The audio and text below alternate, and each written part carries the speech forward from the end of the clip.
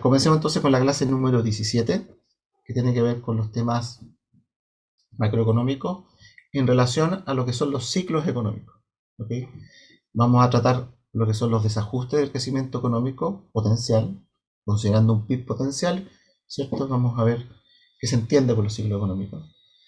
Vamos a analizar también, discutir lo que son las estrategias para corregir estos desajustes, ya de lo que es la autorregulación de los mercados versus las políticas públicas, y vamos a tomar en consideración algunas de las posturas que existen respecto a algunos pensadores económicos relevantes que han influido, ¿cierto?, en las decisiones de los estados, en cómo hoy día se estructuran para poder, ¿cierto?, ayudar a corregir estos desajustes, particularmente Keynes y Friedman.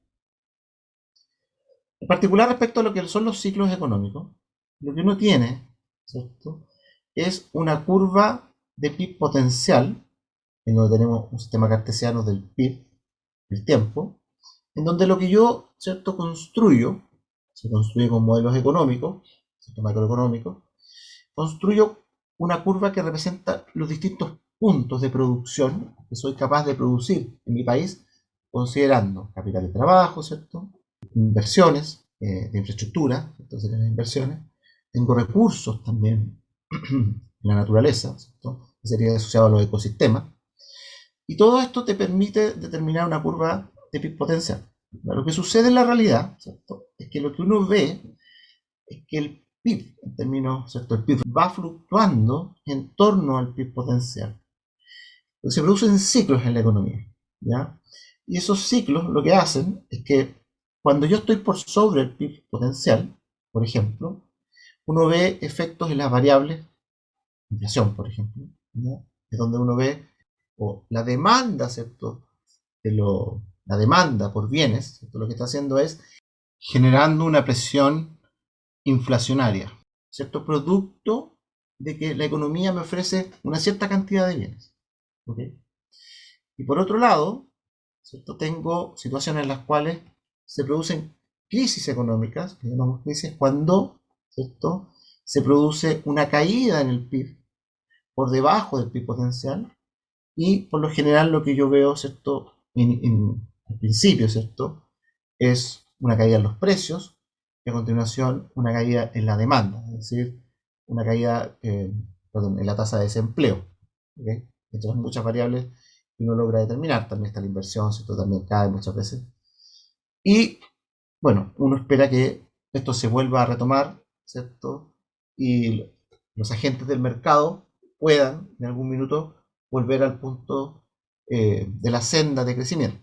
¿Okay?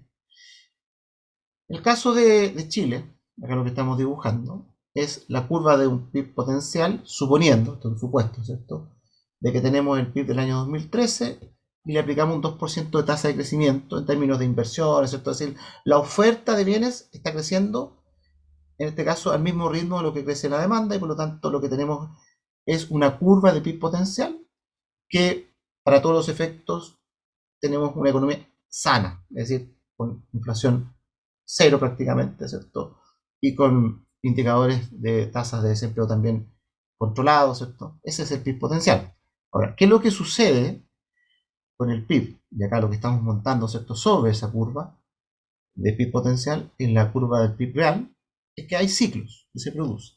Particularmente, acá en el año 2017, el 2018, se producen ciertos desajustes, ¿cierto? Pero lo que más llamaría la atención, ¿cierto?, es la caída del PIB del año 2020, producto de la situación social, ¿cierto? La crisis social que tuvimos, que todavía persiste, obviamente, y también, por otro lado, ¿cierto?, el tema de la pandemia, que comenzó en el año 2020 y que todavía persiste. ¿Qué es lo que sucede? Que cuando uno mira estas cifras, ¿cierto?, en términos del PIB, se da cuenta que aquí hay situaciones que te llevan a pensar, ¿cierto?, que hay que hacer algo para poder, o por lo menos esa es, ¿cierto?, la preocupación que tiene el Estado, hay que hacer algo para poder corregir, ¿cierto?, esta caída del PIB por una parte, pero además para poder estabilizar, por ejemplo, la moneda, que sería como lo que está pasando hoy día, lo que está haciendo el Banco Central, en términos de controlar la inflación, y también controlar lo que es el desempleo, ¿cierto? Ahora, estrategias para corregir estos desajustes, uno puede encontrar, ¿cierto?, distintas líneas de pensamiento, de posturas. Por un lado están aquellos que apuestan, ¿cierto?, a la autorregulación de los mercados. Es decir, los agentes de los mercados debieran libremente continuar transando bienes y esa interacción permitiría determinar el equilibrio acorde a la situación contractual. ¿Sí? Es decir, si se produce una crisis, por ejemplo, dejemos que los mercados se autorregulen. ¿Okay? Esa sería la mirada de una economía totalmente descentralizada. ¿Okay? Pero por otro lado, tenemos la postura, ¿cierto?, en este caso de los estados, el estado que diseña e implementa, ¿cierto?, estrategias que conforman las políticas económicas, que tienen como objetivo intervenir en las transacciones de los agentes del mercado de tal forma de corregir, ¿cierto?, estos desajustes de la economía. ¿Cuáles son esas estrategias de intervención? Son a través de impuestos, tasas de interés, gasto público, tipos de cambio. Posturas que han habido, ¿cierto?, en la economía, particularmente Keynes, ¿cierto? ¿Por qué Keynes es tan relevante? La gran crisis económica que hubo en los años 30, cuando cae la economía, ¿cierto?, de Estados Unidos y arrastra, ¿cierto?, la economía a nivel mundial, se produce una crisis de tal magnitud, ¿cierto?, que la tasa de desempleo, ¿cierto?, explota. Es decir, hay mucha gente tratando de buscar un lugar para trabajar, no hay, porque las empresas están cerradas, ¿cierto?, producto de la crisis, por lo que el Estado en ese minuto, ¿cierto?, tiene que intervenir. Y es allí donde Keynes, ¿cierto?, de alguna manera refuerza su teoría de que los mercados no pueden autorregularse solos. Necesitan una mano paternalista, o maternalista, como quieren llamarlo, ¿cierto?, para poder corregir esos desajustes. Y en ese sentido, lo que plantea Keynes, dice, mira, entre lo que es la oferta y la demanda agregada, ¿cierto?, en la economía, lo que nosotros tenemos que hacer, ¿cierto?, desde el punto de vista del Estado, es estimular la demanda. ¿Ya? ¿Cómo lo hacemos? Por ejemplo, si queremos aumentar la demanda de bienes, lo que permitiría a su vez bajar el nivel de desempleo, ¿cierto?, tendríamos que, respecto al gasto familiar, disminuir los impuestos, respecto a las inversiones de las empresas, reducir las tasas de interés, respecto al gasto público del gobierno, por ejemplo, infraestructura, ¿cierto?, hospitales, colegios, habría que aumentar, acelerar, ¿cierto?, esos proyectos que tiene el gobierno. Y respecto a las exportaciones, habría que, ¿cierto?, estimular que el nivel del tipo de cambio sea el más alto posible, porque con eso, ¿cierto?, se estimula la venta de bienes al exterior. ¿Cuál es la problemática que impone un aumento de la demanda? Y ahí es donde viene, ¿cierto?, la oposición que tiene esta teoría de Keynes, de alguna manera, donde empiezan a surgir, ¿cierto?, quienes son detractores, entre otras cosas, es que cuando uno quiere bajar el desempleo, ¿cierto?, aumentando la demanda de los bienes, genera inflación.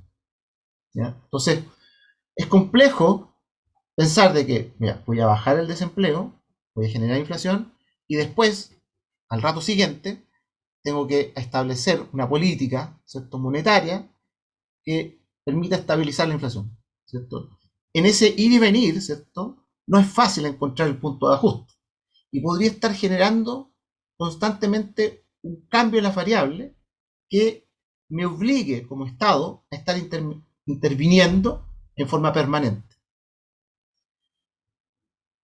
Entonces, aquí lo que uno ve, ¿cierto?, es que el aumento de la demanda efectivamente lo que hace, en términos de un modelo, así que uno pensara como una economía global, ¿cierto?, tengo la demanda y la oferta agregada, es que cuando se desplaza esa curva de demanda por los incentivos que yo entregue, ¿cierto?, se va a producir una inflación.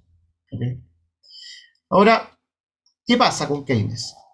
Keynes asumía que cuando, ¿cierto?, la tasa de desempleo, o sea, el desempleo más bien, bajaba, la inflación subía o al revés.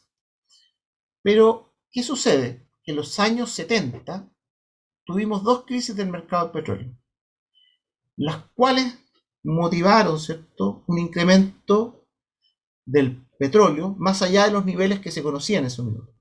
¿Sí? La primera gran crisis fue motivada por el embargo petrolero árabe en el año 73 y la segunda crisis se debió al estallido de la revolución iraní en el año 79.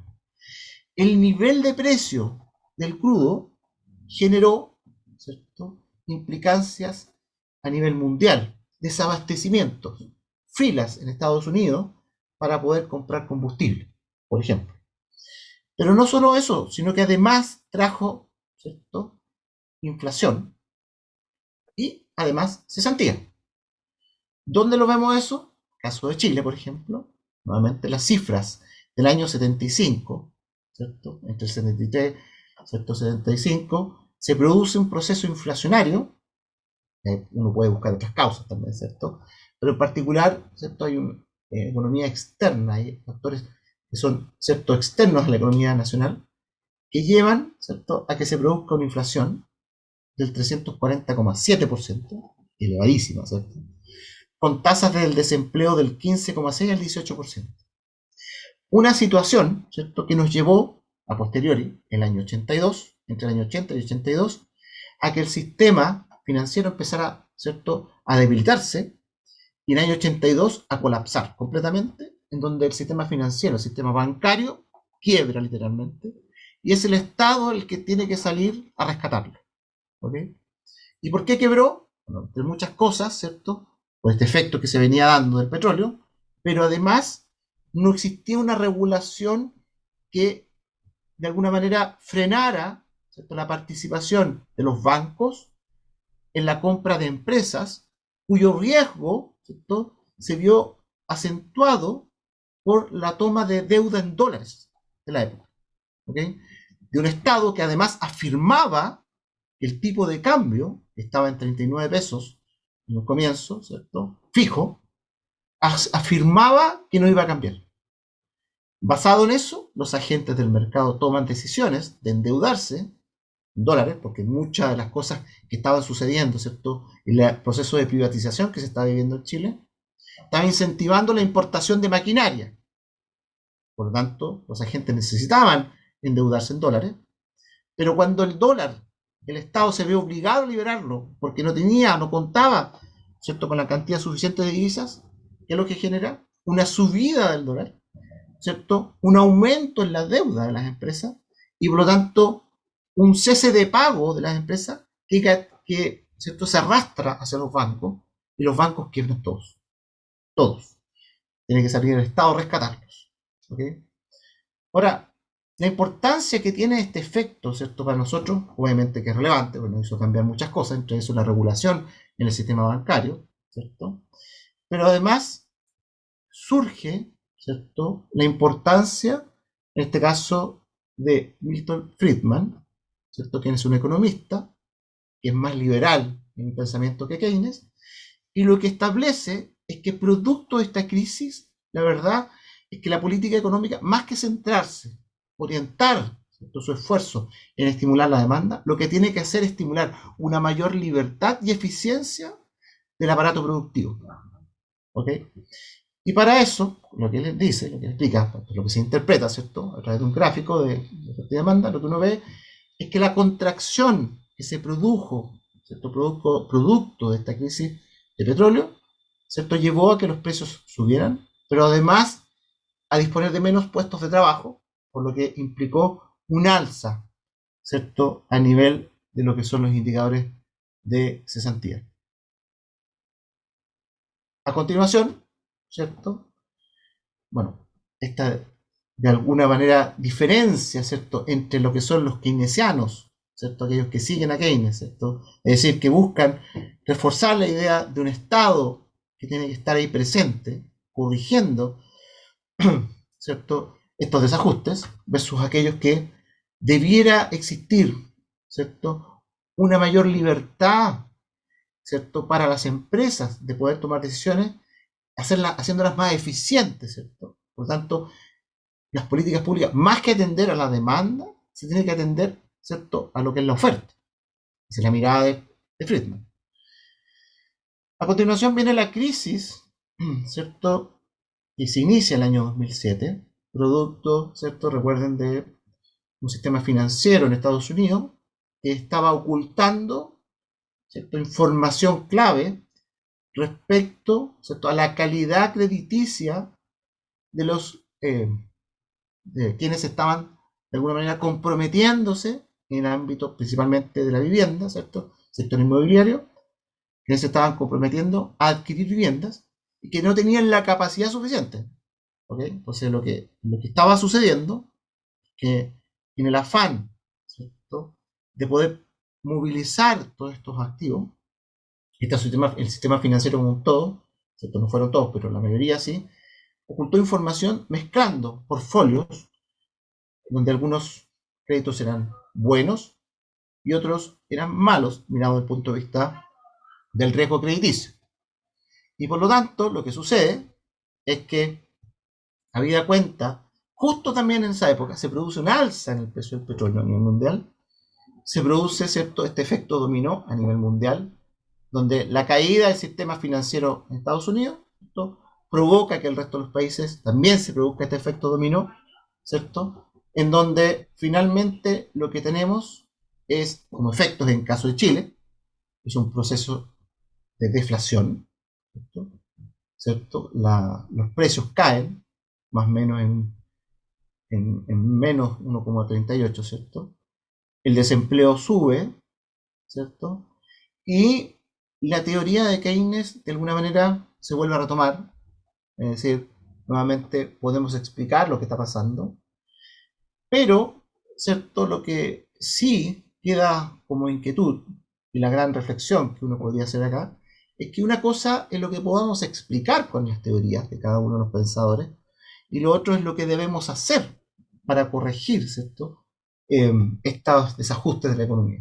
¿Hasta qué punto el Estado debe estar interviniendo, ¿cierto?, y generando también, ojo, con las intervenciones, muchas veces el mismo Estado generando desajustes que al final terminan, ¿cierto?, confundiendo muchas veces a los mismos agentes del mercado. ¿Qué hago yo ahora?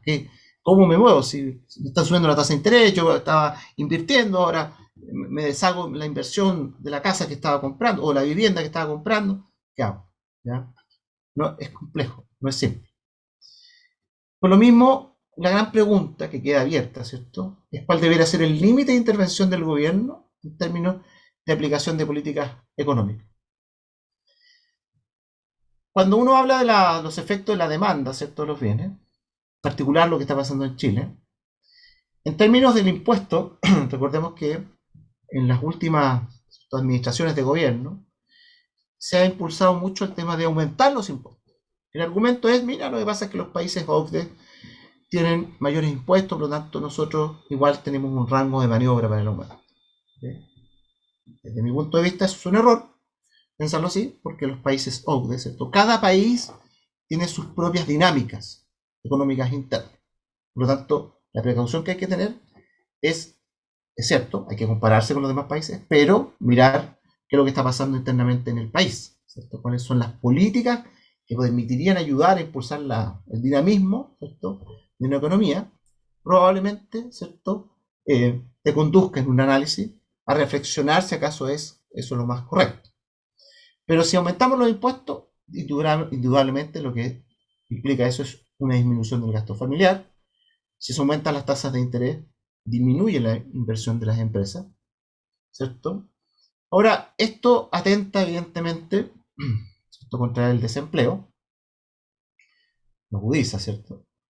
Pero por otro lado tenemos el gasto público, ¿cierto?, que el gobierno, el Estado, ¿cierto?, se ha preocupado de hacer inversiones, es cierto, súper bien, excelente, y es lo que corresponde. La pregunta ¿es el sector público el que tiene que corregir a través del gasto público esas, ¿cierto?, situaciones de desajuste? Y que es una gran incógnita. ¿Okay?